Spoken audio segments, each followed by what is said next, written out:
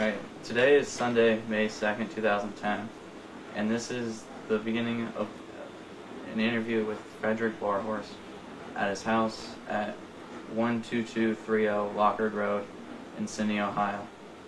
Mr. Barhorst is 61 years old, and he was born on January 12, 1949. My name is John Barhorst, and I will be the interviewer, and Frederick Barhorst is my uncle. And also in attendance is Matt Paulford and Amy Watercutter. Could you state for the recording what war and branch of service you served in, and what was your rank, and where did you serve? I served in Vietnam. I reached the rank of sergeant while I was over there. I was in the infantry to start off, and then eventually I got a job in the rear area, rigging cargo for helicopters. Where were you living at the time when you got drafted? I was living with my parents on Pasco Montreal Road in Sydney. Do you recall your first days in the service?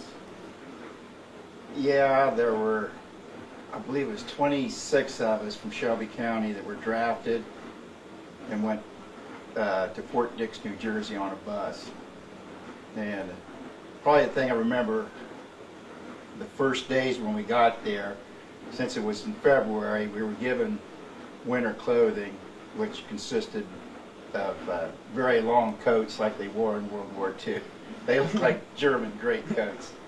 And the first couple of days till we were issued regular clothing and stuff like that, we had a lot of free time in the barracks, and so we were gambling one day, and a sergeant came through, and being the nice guy that he was, he didn't turn any of us in for gambling. Instead, he just seized the money that was on the floor where we were playing. So I guess you can figure what he did with the money. All right. Tell me about your training before you went over to Vietnam. All of my training was at Fort Dix, New Jersey. I took my basic training there, and then after basic training, I don't remember if that was 11 weeks or exactly how long, but then we were assigned to our advanced training. A lot of the guys left for other posts, but I stayed at Fort Dix and took advanced infantry training. Do you remember any of your instructors, and what were they like? The drill sergeants were very strict. I could picture a couple of them, and I've got a book in the other room. I could look up their names, but our platoon sergeant was a smaller guy. I say, yeah, I remember very well. I mean, their main job was to instill discipline in you and to get you to work as a unit. That was the main goal of the training. Now, in the advanced infantry training, we worked with M14 rifles, M16 rifles, M60 machine guns, 50 caliber machine guns, grenades. And then you also learned how to navigate in the field using a compass and a map, and other information and training as an infantryman. All right. When you went over to Vietnam, where exactly did you go or get dropped off at? We flew in. The guys that first went over in the early 60s, they went by boat, but we were all flown over there. And I went into Tan Son Nhut Air Base near Saigon, and then went to Long Binh Army Base, which is just north of Saigon. And that was in July of 1969. And there I was assigned into the 1st Cavalry Division.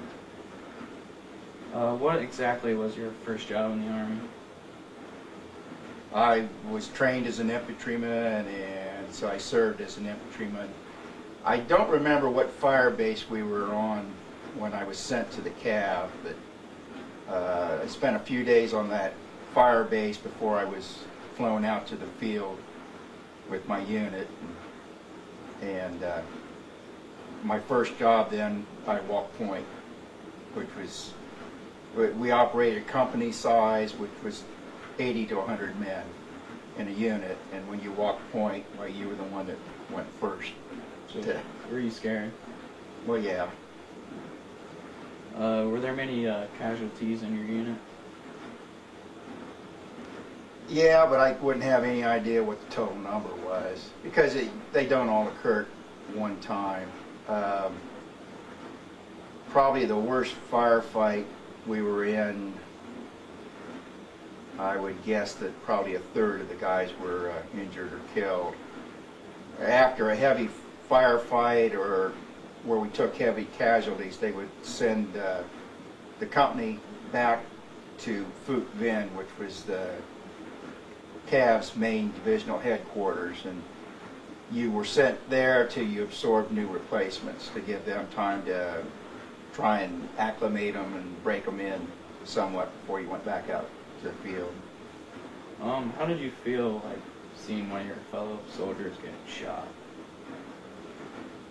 You were very close to the guys you were with, but you put walls up. It wasn't the same feeling you would have toward, a spouse or, your parents or a close friend back here in the States.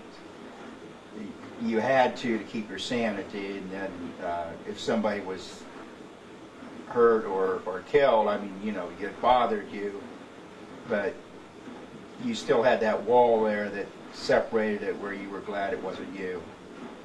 I would say probably the worst case was a guy from, when I first got in country, and I'm not sure the guy was even in my unit, but he was on the fire base I was sent to, and I know he only had 2 weeks to go home, and he was killed a day or two later on that fire base.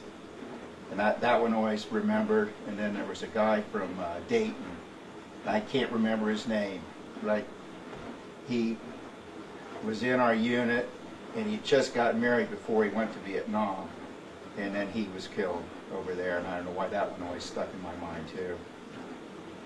As far as the others, I couldn't give you any names or. That's okay. Did you have any close calls of getting shot at? I suppose I did. I don't know. The only one I really remember, when I first went in country and I was sent out to the fire base before I went out to the field, I was sent out on a listening post, which we were sent out. The fire base served the same purpose as a fort did in the Old West. The fire base was a clearing in the jungle. They pushed up mounds of dirt to make a wall around it, more or less, and put bunkers in it. And that was where our artillery was based to support the units out in the field. As a fire support base for that reason, for the artillery. And normally one company in the battalion would serve duty to protect that base. They would man the perimeter and bunkers. And I was sent out on a listening post, I think with 2 other guys. And the fire base was hit that night. And it was so dark that you couldn't see your hand in front of your face, but we could hear the gooks walking past us. And we just laid there motionless all night, because as they moved into the fire base and attacked it, so there was fire coming in both directions over our heads. And we all survived. We just laid there motionless all night, so we didn't give away our position, because we were stuck in the middle. That was probably the most scared I was. What are some of your most memorable experiences? Well, that was one, and there's the 11th Armored Cavalry Regiment operated with our unit in 1970 in the first part of the year, and another company had found a NVA bunker complex. They were pinned down and they were being slaughtered. So our company and the troop from the 11th Armored Cavalry Regiment went to their aid. That unit of the 11th Armored Cavalry Regiment was just recognized a few months ago at the White House, and they received a Presidential Unit Citation for their actions. We were with them, and I think, according to the article, we went 4 clicks with 4 kilometers in order to get to Charlie Company and to save them. When we got there, the armored unit, which they used armored personnel carriers, which is I don't know if you're familiar, they're a boxy-looking armored vehicle. And they had Sheridan tanks, which were a very light tank and very small. They had aluminum hull on them. But they had a 152 millimeter main gun. They had, that was the 2 types of equipment they had. But once we got to the unit, the armored unit went into the bunker complex on line, and then our platoon covered the flanks and the rear of the unit while they went in, and it was just, that was probably the most awesome display of firepower I ever saw. They actually leveled the jungle with the 50 calibers and the main guns from the tanks. And I think they ended up with, altogether there were 7 men killed that day, and I forget how many wounded that were evacuated. But we stayed there till nightfall once the battle was over to evacuate the wounded, and then we left and set up a night perimeter at a different location. And that was toward the end of my time out in the field. That was the end of March 1970. Were you awarded any medals? Yeah, but the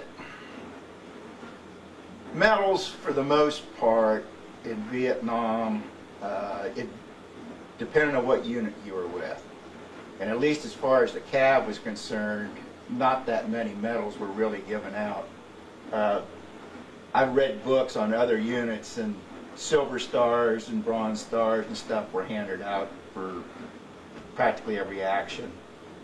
And so most of us, I got my combat infantry badge, which was probably the award I value the most, because there's only one way to get that, and you had to serve as infantry in the combat zone. You can't get it any other way. Whereas I did get a Bronze Star and an Air Medal, but that doesn't mean as much to me as the combat infantry badge. What was the food like? We had C rations, which were canned, and it depended. You know, there were peaches and pound cake was really good. It was a canned pound cake. I don't know how many years old they were, but they were good. And the spaghetti was good. And beans and franks were good. Nobody liked the ham and eggs. It was terrible. The only way you could stomach that was if you had ketchup. And so we used to have people send ketchup from back here in the States, or if somebody went to a rear area on sick call or something like that and could find ketchup and bring it back out with them, why, that was probably the most valuable commodity you could have for the food. They also had some freeze-dried food. It was called Lurps. It was developed for the long-range patrols, and it was a freeze-dried pouch of food, and I forget, they had spaghetti and I don't know, different other chicken, and can't remember what some of them were, but you heated water and dumped in it and stirred it up, and they weren't bad. Like, what did you guys talk about when you guys were eating? Like, did you stay focused on the war, or No, going home. switcher? Going home. D-Rose. That was your date eligible for return from overseas. And be kind of like the way you probably talk about when you're going to graduate from high school. How much longer you got. That was probably, and you know, you talked about things stateside or family. How did the people in your unit like entertain yourselves? Well, if we got back in the rear area, beer was probably the best way for entertainment. One thing we did out in the field at times, we used to play a game with our bayonets where you play it two different ways, where you played stretch, you stood, and you threw the bayonet. It had to land within the bayonet's length of the other guy's foot and stick in the ground. And then you see who could stretch their legs the farthest out, or you could go the other way and go in until your feet were touching together. To the best of my knowledge, nobody ever got a bayonet through their foot, but that was one of the things we did for entertainment with people. Where did you travel while in the service? Like, what areas in Vietnam did you visit?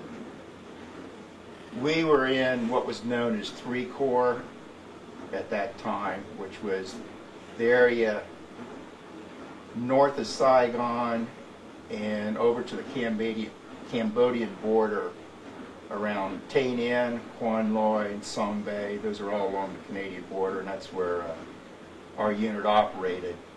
The only exception was when we took heavy casualties, they said they would send us back to Phuc Vinh, which was just north of Saigon, a short distance, and then I went on an R&R to Bangkok. But other than that, that was pretty much the extent of my travels till I came home. Do you recall any humorous or unusual events occurring while you're in the Army? Probably the best time we had was when we were at Phuc Vinh the one time, and I said the main source of entertainment was to go out drinking. And there were two different instances. One time we were at an EM club, an enlisted man's club, drinking.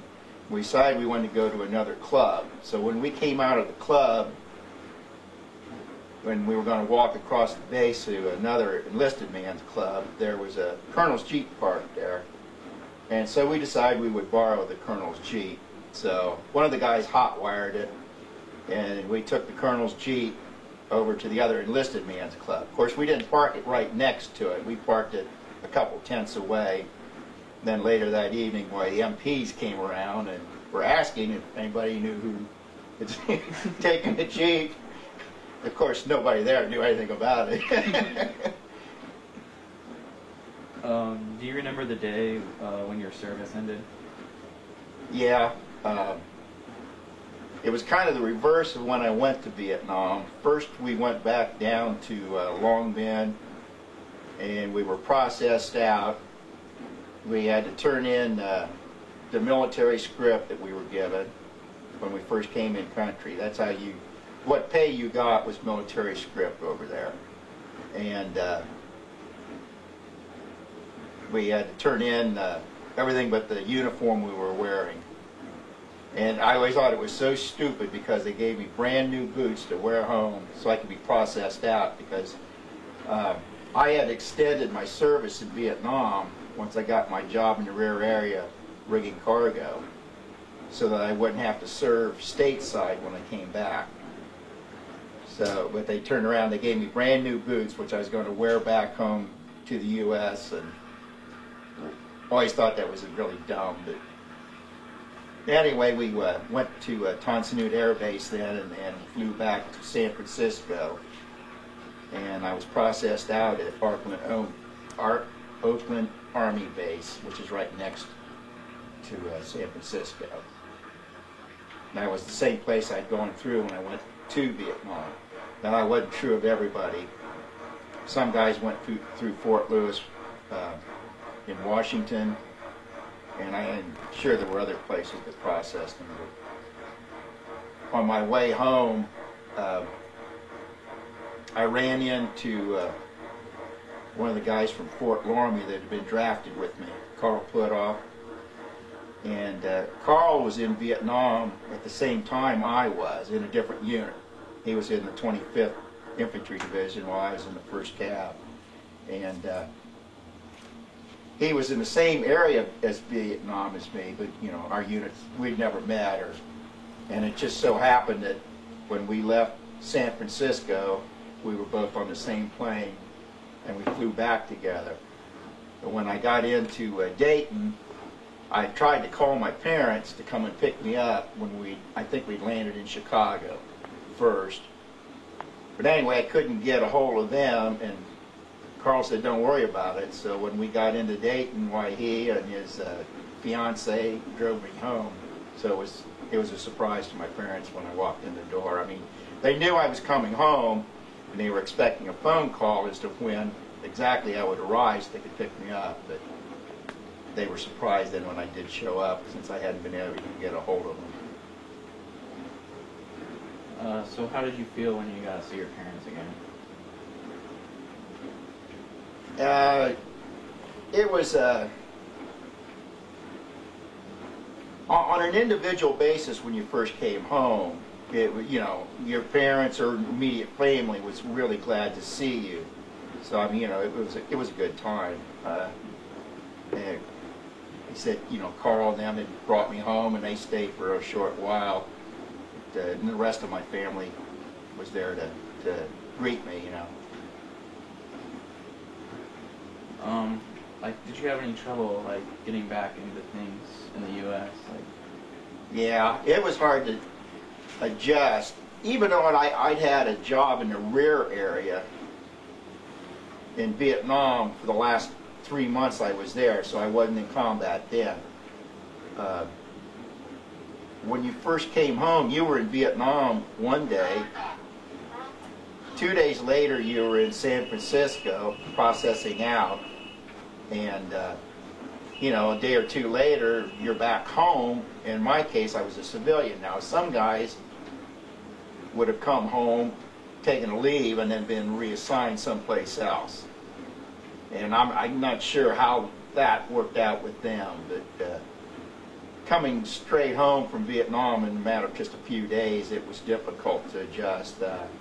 I don't think I did very much of anything the first 30 days or so I was home. And I went back to work, but it was difficult because of the sudden change. Did you have problems sleeping at night, like with images from the war still fresh in your mind? No, I never suffered from that. Did you make any close friendships while you were in Vietnam? You made friends while you were there, but like I said, you always kept that wall up between you. Now as I get older, I have the desire to try to find some of those people. I'm going to a 8th Cavalry Regiment reunion next week. That'll be the first time I've gone to a reunion. Now whether I'll see anybody there that I served with, I don't know. But I have the desire as I've gotten older to try to contact some of them. And I did talk to one man that I served with last year. In fact, he contacted me. He found my name on a website, and then we made arrangements to talk to each other. But it's a different type of friendship than you have as a civilian. Did you join any organizations for veterans? I used to belong to the VFW. Now I belong to the American Legion here in Sydney. And then I did join the 1st Cavalry Division Association and the 8th Cavalry Regiment, which I was, so I belong to those. What did you do as a career after the war? Well, when I first came back, I went back to work at Pangol's Grocery, which was a small local chain. I think they had about 10 stores in the area. And I worked there for about 10 years, and then I left there and I got on with the City of Troy in the Water Distribution Department, and retired from there about 5 years ago. Did your experience in the Army influence how you think about it today? Think about stuff? Anything you like life lessons?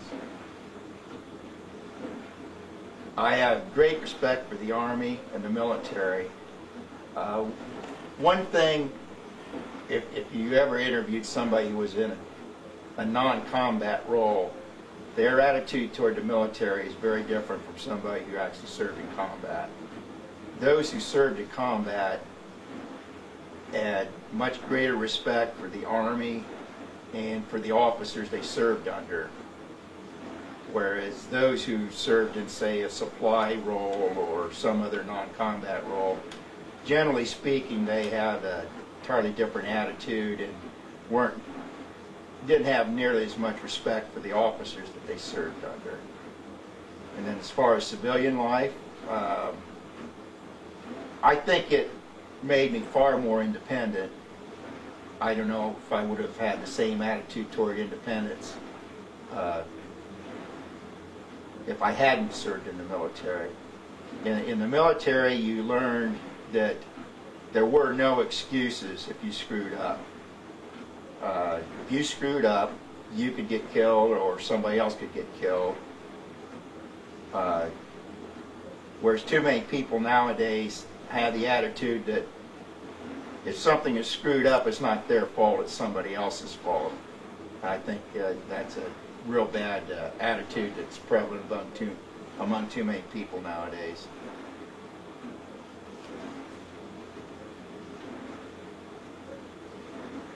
Did you interact with any Vietnam civilians? No, not really. The areas we operated in were jungle areas. There weren't even villages in the areas we operated at. Anything that moved was a target. The only time we were ever around any of the civilians were a few times when we were back at Phuc Vinh, which was a larger base and by a town. That was probably the only time we were around any civilians, and then it was very limited to probably just people that worked on the base and stuff.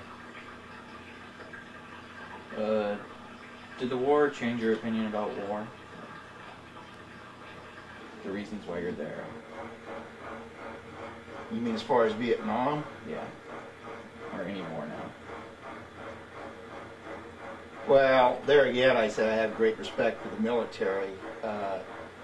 A lot of people feel we lost Vietnam, and I totally disagree with that viewpoint, because I think I've seen surveys of those that served in combat, and the feeling among like 80% of them is we did not lose Vietnam, because nobody can find the battles we lost.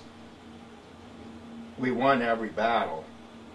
The Tet Offensive was considered the turning point of that war, and the news media in this country portrayed that as a huge loss for the military, and it was not. We defeated the NVA, and they suffered horrendous casualties during the Tet Offensive. In fact, after the war, the NVA admitted that they were ready to try to reach peace terms after the Tet Offensive because of the casualties they took. But the news media here portrayed that we lost, and that was, for that reason, I have absolutely no use for their television news media nowadays.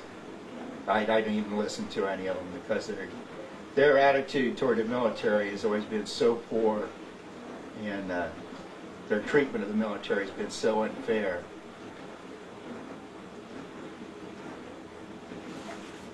Is there anything else you would like to mention in this interview?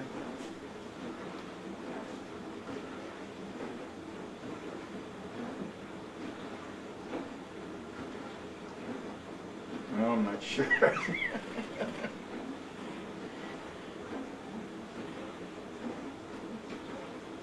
Alright, What were some of your other questions? about it. I'm trying to think how I answer some of them.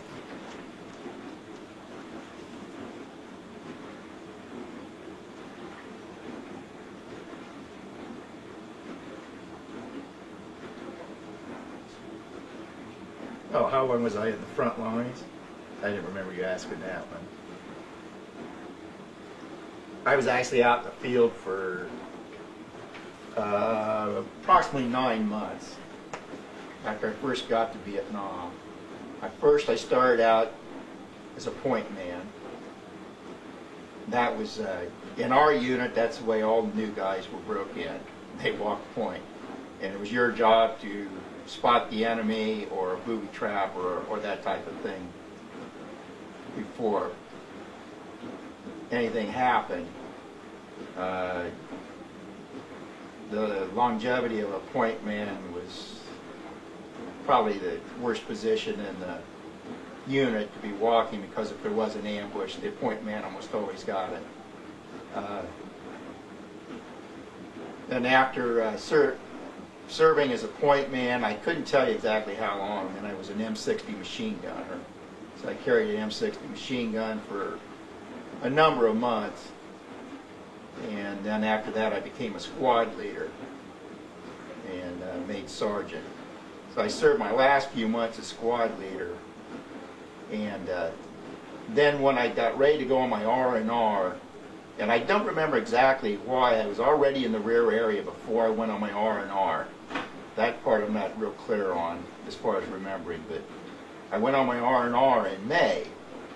And at that time, in the first cav, ordinary enlisted men served for a full year term, but officers served 6 months in the field normally.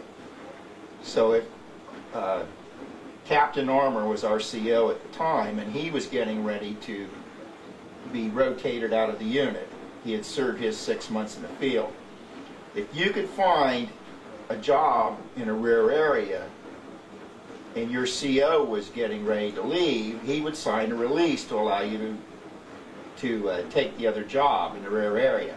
Because normally my MOS was infantry, which was an 11 Bravo, and that's what your job was. You don't just switch jobs in the Army, not without an okay or paperwork or that. But anyway, I found a job in the rear area that needed somebody to rig cargo for the helicopters, the sling loads. And I was getting ready to leave my R&R, so the executive officer was supposed to get my release form signed while I was on my R&R in Bangkok. I went on my R&R, and when I came back, the executive officer informed me that he had not got my release signed. And Captain Armour was already gone. He had already left. And I was irate because I had already extended my tour of duty. At that time, if you came back from Vietnam with less than 6 months to serve, you wouldn't be reassigned to another base. And since I was able to get that job in the rear area rigging cargo, I'd gone ahead and signed a 6-week extension in Vietnam so that I would get out of the Army as soon as I came back from Vietnam, rather than going to another base. So I told the executive officer, I've already signed my extension. I said, I'm not going back out in the field. And I told him, I said, I don't care how you do it, but you will get my release signed. And he did get it done. I don't know for sure what I would have done if he hadn't. But when you first went over, your attitude was that you were probably doomed. And, you know, you were going to get killed probably no matter what happened. But after you survived the first, say, 7 or 8 months or whatever, the longer you were out there, then you really got scared because your attitude became one of, I might make it. And, you know, you became more scared actually than you were when you first went in country. So when I found out that he hadn't got my release form signed, I was just really upset with him, and I'm not sure what I would have done if he had not got it signed. and they had tried to send me back to the field. I'm not sure what would have happened, but he did get it signed, and so I spent the last 3 months rigging cargo for the helicopters to take out to the air bases, or the fire support bases. But probably the funniest incident there, we got a new battalion commander, and what they used there, it would mount to as an outhouse is what we used out in the field. And he decided he wanted this large, we'll call it an outhouse, shipped out to the fire base, flown out as cargo under a helicopter. And I argued with him and told him, I said, they won't fly it because of it. It's a large, you can imagine a giant outhouse that would seat 10 people or something. Well, this is, a large wooden structure underneath a helicopter going 100 miles an hour in the wind. It's just going to start spinning and swinging, and the helicopters can't haul a cargo like that. I mean, they were used to they would haul out ammunition, water, food supplies, things like that. Of course, they're heavier items. They don't sit there and fly around in a 100-mile-an-hour wind. But the new colonel insisted that outhouse be flown out there, so we rigged it up. The helicopter picked it up and started to take off with it. And before he got out of sight, he punched the load, as we call it. He dropped it because it started swinging and swaying. And see, once that happens, there's a danger of it damaging the helicopter itself. It's too unstable. So they dropped it. That was probably the most interesting thing that happened when I was rigging cargo. Would like to thank you for your time and your sharing your experiences. Okay. Thank you for serving our country and giving us the freedom we have.